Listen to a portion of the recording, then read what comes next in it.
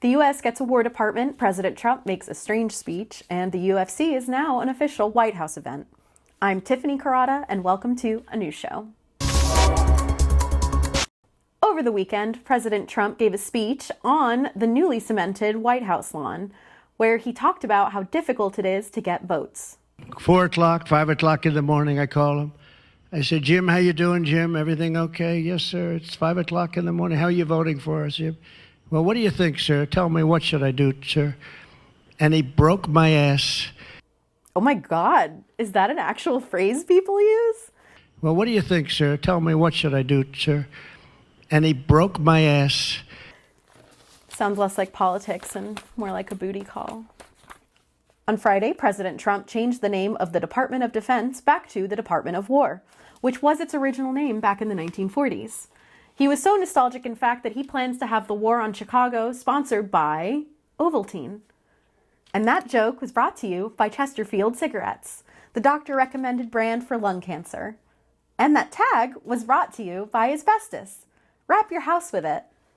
And that whole joke was brought to you by Lysol douche, because thanks, men.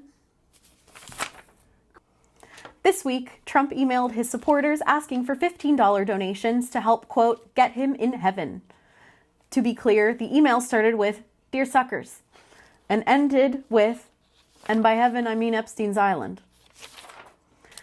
Elsewhere this week, Robert F. Kennedy Jr. is expected to announce that taking Tylenol might be linked to autism.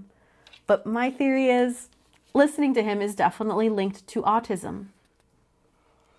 Get ready to rumble, because the White House has confirmed that a UFC cage match will take place on the South Lawn next year to celebrate 250 years of America. And to stay under budget, they're borrowing a cage from Alligator Alcatraz. Imagine telling immigrants, no, this time it's for fun. In a rare appearance this weekend, First Lady Melania Trump gave a speech about artificial intelligence. Cars now steer themselves through our cities. Robots hold steady hands in the operating room. And drones are redefining the future of war. Innovations of first-generation humanoids, factory automation, and autonomous vehicles have surged from private sector investment.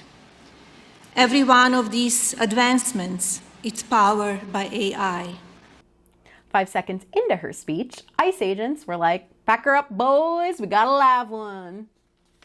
Ooh, speaking of, it's been rumored that Melania Trump has been having an affair going as far back as 2015. People close to the First Lady say her eyes light up every time she talks about their first date. He was perfect gentleman. Then we went back his place. And he broke my ass.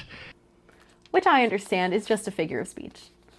Be sure to like, comment, subscribe, or not. I'm not trying to be manipulative. You do you. People gonna people. I'm not your mom. Do your own research. But it would be nice. I'm Tiffany Corrada. Bye!